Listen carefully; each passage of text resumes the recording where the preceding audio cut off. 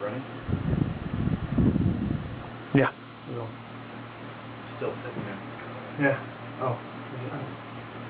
Okay, are you on? Go ahead. Hey folks, we've been gone for a little bit. I'm Dean Sueltenfuss, the Dean of Real Estate.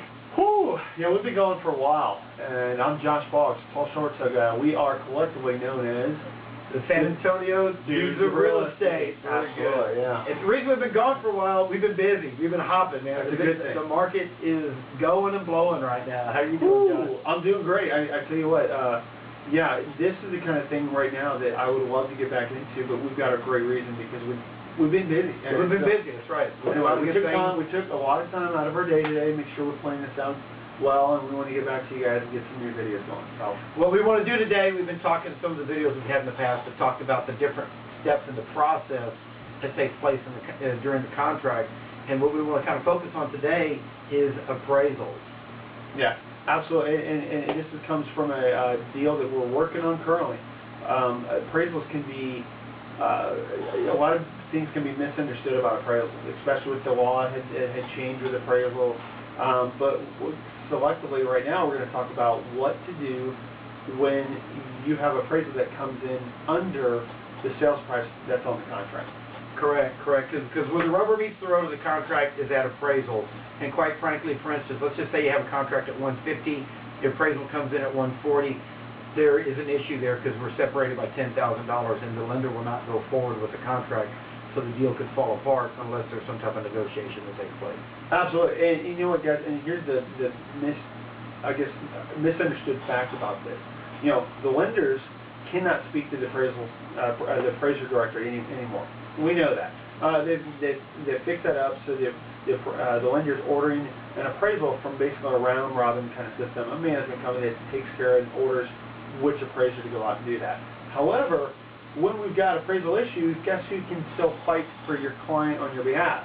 Your realtors can. Your realtor can. Mm-hmm. And guys, you know, I just mentioned to Dean about the carrots and the eggs and the coffee, and we'll talk about that more later, but that's a big issue because, you know what, a lot of realtors will stress out and they'll start thinking, you know what, you know, he is a horrible appraiser, we need to get another one, this guy doesn't know what he's doing.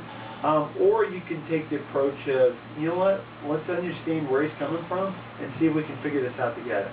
Yeah, kind of work it out and talk it over with the appraiser. Absolutely. And in this case, guys, what we've done is we talked to the appraisal, and, you know, we'll leave the deal, we won't mention who's on the deal or what, but, you know, I simply called up the appraiser, and we had a long talk, asked him to bring up comps, asked him why he thought certain comps should have been used versus why others weren't used, and more importantly, his subjectivity on how much he was comping off or doing adjustments on for, you know, improvements.